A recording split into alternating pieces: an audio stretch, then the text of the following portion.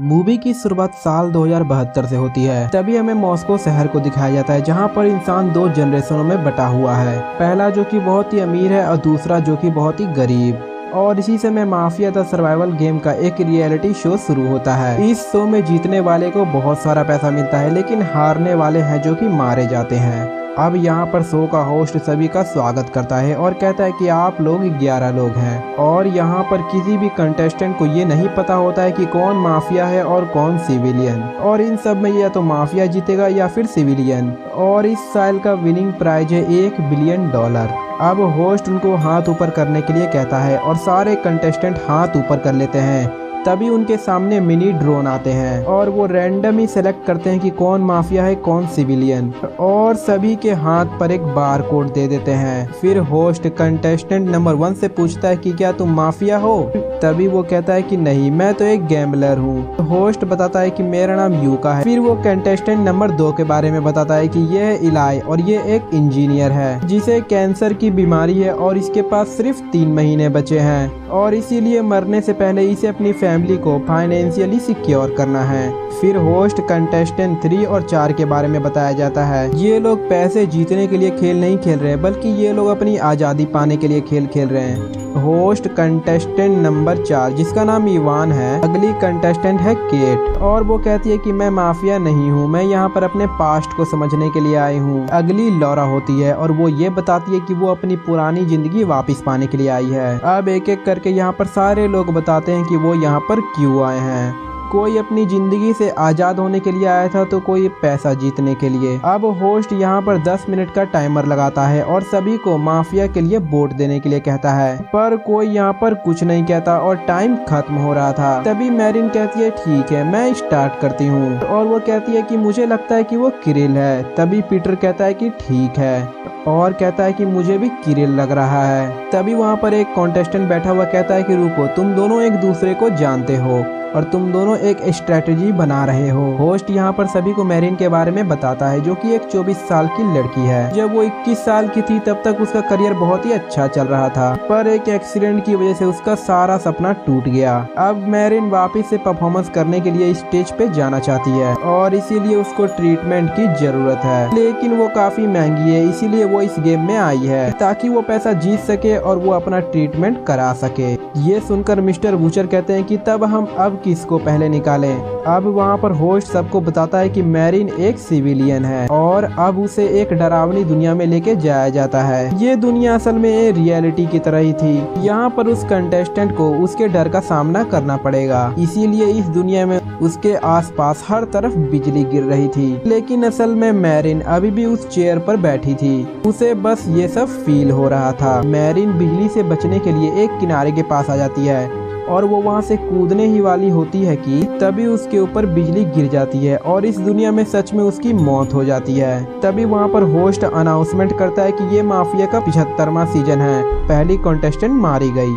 अब सब बूचर को एलिमिनेट करते हैं और उसे उस दुनिया में भेजा जाता है जहाँ पर एक आदमी बैठा होता है और वो उसे पूछता है कि क्या तुम मरने से डरते हो? तभी बूचर कहता है कि नहीं, मैं मरने से नहीं डरता। फिर बूचर को वहाँ पर एक खेल के मैदान में भेज दिया जाता है और फिर वहाँ पर बूचर को उस होस्ट के लोग बहुत मारते हैं। उन लोगों के पास बूचर को मारने के लिए तलवार थी और बूचर के पास कुछ नहीं था, फिर भी बूचर उन दोनों से लड़ता है और उन दोनों को मार देता है। तभी उसका पैर एक पत्थर से टकराता है और वो जमीन पर नीचे लगी हुई रॉड पे गिर जाता है, जिससे उसकी मौत हो जाती है। और यहाँ पर रियल वर्ल्ड में होस्ट बताता है कि मिस्टर बूचर की मौत हो गई है। अब वो 8 मिनट का टाइमर लगाता है और सभी को माफिया के लिए वोट करने के लिए कहता है। यहाँ पर सभी लोग बहस कर रहे थे।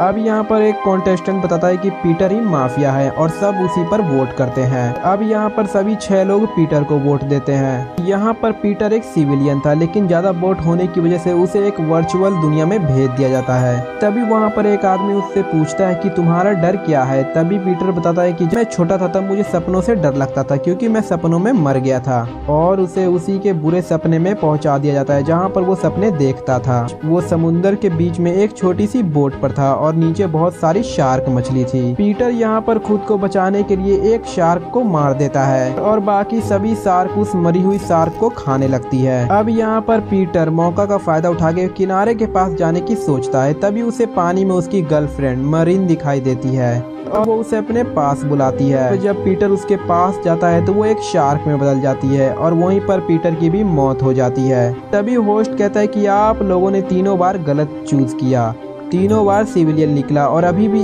एक कोई माफिया बचा हुआ है। तो अब आपको फिर से माफिया को ढूंढने का चांस मिल रहा है। फिर होस्ट यहाँ पर वल्चर के बारे में बताता है जिसकी उम्र 45 है और वो मिलिट्री में एक ऑफिसर था। उसकी गलती के कारण उसकी टीम के सारे ऑफिसर की मौत हो गई। अब यहाँ पर होस्ट इवन के बारे में बताता है कि वो अपनी ग्रेजुएशन करने के लिए काफी एक्साइटेड था और वो और उसके दोस्त कार में पार्टी कर रहे थे। तभी उनकी कार का एक्सीडेंट हो जाता है। इवान और उसके फ्रेंड को एक स्ट्रेंजर ने बचा लिया, लेकिन उसके 2 फ्रेंड्स की मौत हो गई। इसी बीच लॉरा और वल्चर के बीच बहस हो जाती है और लॉरा यहाँ पर वल्चर के खिलाफ वोट दे देती है। यहाँ पर वल्चर भी लॉरा को वोट करता है, लेकिन मेजॉरिटी वोट जो होती है वो वल्चर को मिलती है। तभी होस्ट यहाँ पर बताता है कि वल्चर एक सिविलियन है और तुम लोगों ने फिर से गलत चॉइस की है। और फिर यहाँ पर वल्चर को उसी वर्चुअल दुनिया में लेके जाया जाता है जहाँ पर वो एक जंग के मैदान में होता है और यहाँ पर उसके सारे टीममेट मारे जाते हैं। लेकिन वल्चर यहाँ पर हार नहीं मानता और बाहर निकल कर एक एक करके सारे दुश्मनों को मार देता है। लेकिन तभी उसकी गोली खत्म हो जाती है। तभी दुश्मन उस पर हमला करके उसे मार देते हैं। अब अगली बारी लॉरा की थी। होस्ट यहाँ पर बताता है कि लॉरा के पास सब कुछ था, कि एक घर और एक खुशहाल फैमिली, पर उसे अल्कोहल पीने की आदत लग गई जिसके कारण उसका बड़ा बेटा मारा गया और उसके हस्बैंड के छोड़ने के बाद वो काफी अकेली पड़ गई थी। अब यहाँ पर लॉरा इवान को बताती है कि मैंने ही तुम्हारी जान बचाई थी, पर उसी ने फिर इवान के खिलाफ गवाही दी। अब यहाँ पर फिर से लॉरा को भी इस दुनिया में लेके जाया जाता है। वो एक प्लेन में थी और वो प्लेन एक तूफान की तरफ बढ़ रहा था। तभी प्लेन में काफी प्रॉब्लम हो जाती है और फिर प्लेन का आगे का हिस्सा बहुत ही बुरी तरीके से टूट जाता है और प्लेन क्रैश हो जाती है, जिस वजह से लॉरा वर्चुअल वर्ल्ड में मारी जाती है। अब यहाँ पर होस्ट सभी को फिर से वोट करने के लिए कहता है और यहाँ पर सब लोग कॉन्स्टेंट्स के खिलाफ वोट कर देते हैं और यहाँ पर कॉन्स्टेंट भी खुद के खिलाफ ही वोट कर देता है। और यहाँ पर होस्ट बताता है कि कॉन्स्टेंट ही माफिया है। माफिया होने की वजह से कॉन्स्टेंट को भी वर्चुअल दुनिया में भेजा जाता है, जहाँ पर सीढ़ियों से उतरते उतरते वो अपने आप को मिरर में देखता है, जहाँ पर वो बूढ़ा हो रहा था। फिर धीरे धीरे करके वो और बूढ़ा हो जाता है। अब वहाँ पर बूढ़ा होने के कारण कॉन्स्टेंट की भी मौत हो जाती है। अब यहाँ पर होस्ट इवान को चूज करता है और वो एक सिविलियन निकलता है। सब लोग उदास हो जाते हैं क्योंकि इवान अभी 18 साल का एक बच्चा ही था।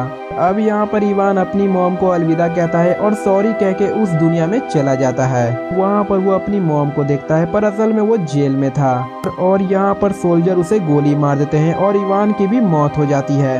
अब यहाँ पर होस्ट 2 मिनट का टाइम लगाकर माफिया के लिए वोट करने के लिए कहता है। होस्ट यहाँ पर बताता है कि गेम के एक दिन पहले किल और केट गलती से एक दूसरे से मिल गए थे और उनमें काफी अच्छी दोस्ती हो जाती है। अब यहाँ पर बातों बातों में केट बताती है कि वो सांप और ऊंचाई से बहुत ज्यादा डरती है।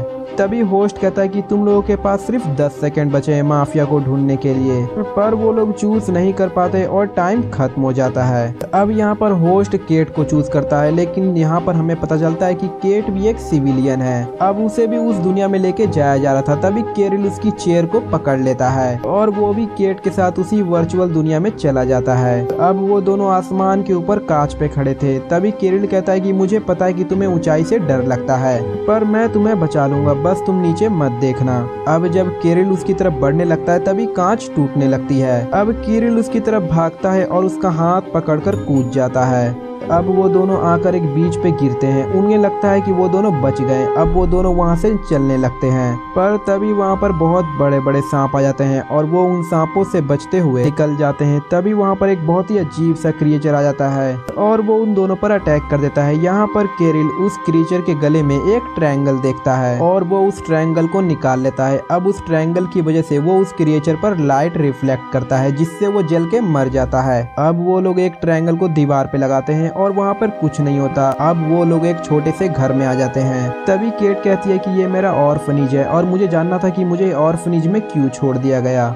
तभी केट कहता है कि ये तुम्हारा सबसे बड़ा डर है और कहता है कि ये रियलिटी नहीं है, इसीलिए तुम्हें इसका सामना करना होगा। और देखते ही देखते उसका पास्ट उसकी आंखों से निकल जाता है और वो दोनों सेफ बच जाते हैं। अब ये दोनों उस गेम के होस्ट के पास जाते हैं और ये दोनों विनर बन जाते हैं। रूल के दौरान जब एक माफिया और एक सिविलियन बच जाते हैं तो ये मैच ऑटोमेटिकली माफिया जीत जाता है। माफिया यहाँ पर बताता है कि तुम दोनों ये शो जीत गए हो और वो दोनों रियलिटी में वापस आ जाते हैं। दोनों काफी खुश होते हैं कि वो दोनों जिंदा वापस आ गए थे और यहाँ पर ये मूवी खत्म हो जाती है।